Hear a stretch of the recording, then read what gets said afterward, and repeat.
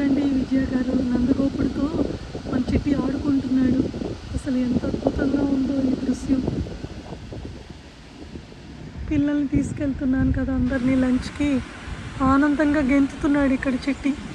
చూసారా, ఆ పిల్లల్లోనే తను ఉన్నాడంట.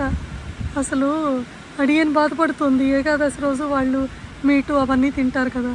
నాయన నీ ఆజ్ఞ, తీసుకెళ్ళేది నేను అడియను, కానీ నీ ఆజ్ఞగా భావిస్తూ ఏది తిన్నా వాళ్ళని ఇలా నోరు తెరుచుకుని చూడండి ఎలా తినేస్తున్నాడో.